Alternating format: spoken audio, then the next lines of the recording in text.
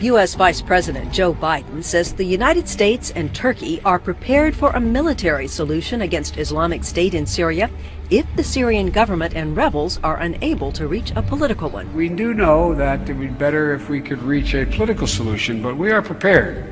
We're prepared, if that's not possible, to have a military solution to this operation. The U.S. Congress has quietly moved forward with an authorization for use of military force against ISIS. Also known as an AUMF, it is required by law to conduct military operations longer than 90 days. The proposed legislation is already being referred to as a Declaration of International Martial Law and an Unlimited War Powers Act for the President. This resolution is a total rewrite of the War Powers Clause of the United States Constitution. Let's be clear about that. It is essentially a declaration of international martial law, a sweeping transfer of military power to the president that will allow him or her to send U.S. troops almost anywhere in the world for almost any reason with absolutely no limitations.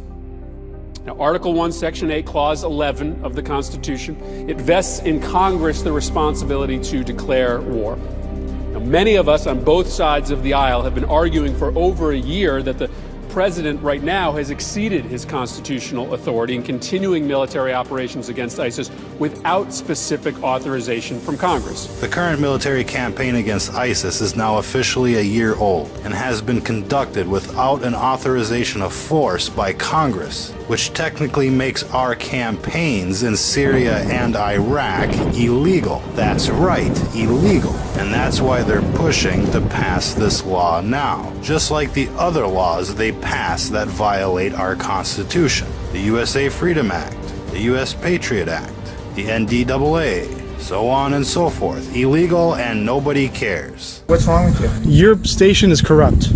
Oh, okay.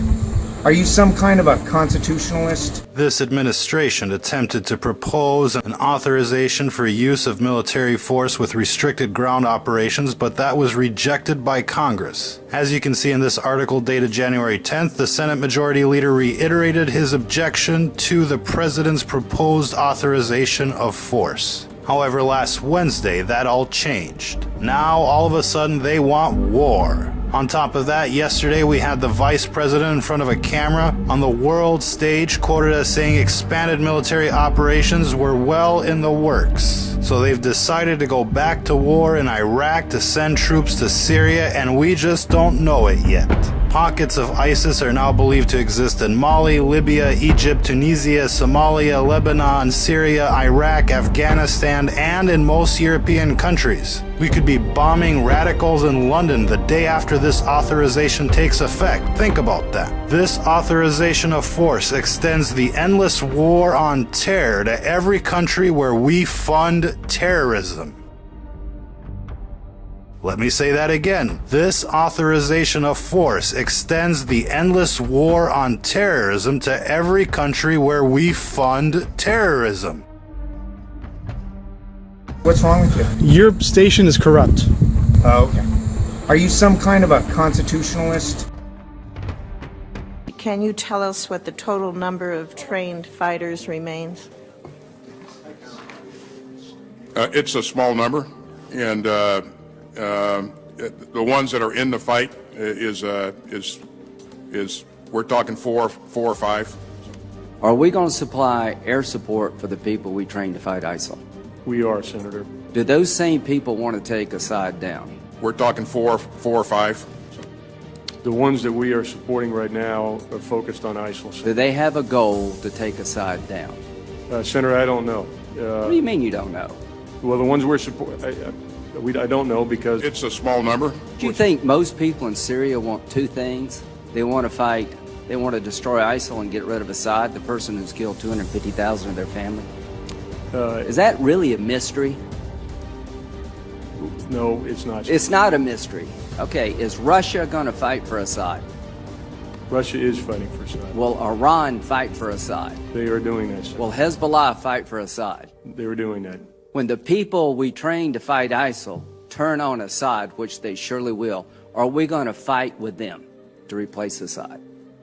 I can't answer that question, Senator. Can you answer it, Secretary Carter? Yeah, just to be clear, let's take the that day is coming. YPG Kurds. Do you see a scenario where the people in Syria don't take on Assad? The people that we are equipping. It's a small number. Are people who live in or come from ISIL-occupied territory, and do they want to take Assad down? Defeating ISIL, and do they want to take Assad down? For the most part, they're focused on defeating. Do they want to take Assad? Have you asked them? We know what their intent is, and it is to fight ISIL. Come on. They're fighting ISIL now. You know as well as I do, both of you know, that the average Syrian not only wants to destroy ISIL, but they're intent on destroying Assad because he's killed 250,000 of them. And here's the question for this committee. How do we leverage Assad leaving when Russia's going to fight for him, Iran's going to fight for him, Hezbollah's fight for him, and we're not going to do a damn thing to help people take him down? The Russians are conducting military operations in the Middle East for the first time since World War II. Bombing the people that we are supporting. It's a small number. Steve, let me just say this. It's an embarrassment. So with the additional steps I ordered last month, we're speeding up training of ISIL forces. A shocking story today, everyone, in the Wall Street Journal. It says our American dollars may be getting into the hands of ISIS. ISIL forces. The money is reportedly getting funneled through Iraq's central bank into Iranian banks and then possibly to terrorists. It's an embarrassment. What should be done, what can be done in this latest chapter of the saga of ISIS getting control over our weapons, now perhaps our money. A secret analysis by the agency you ran, the Defense Intelligence Agency, in August 2012 said, and I quote, "There is the possibility of establishing a declared or undeclared Salafist," it's not secret anymore, it was released under FOI. The quote is, "There is the possibility of establishing a declared or undeclared Salafist principality in eastern Syria, and this is exactly what the supporting powers to the opposition want in order to isolate the Syrian regime." Your agency was saying, quote, "The Salafists, the Muslim Brotherhood, and Al-Qaeda in Iraq are the major forces driving the insurgency in Syria." In 2012, the US was helping coordinate arms transfers to those same groups. Why did you not stop that? You are basically saying that even in government at the time, you knew those groups were around, you saw this analysis, and you were arguing against it, but who wasn't listening? I think the administration.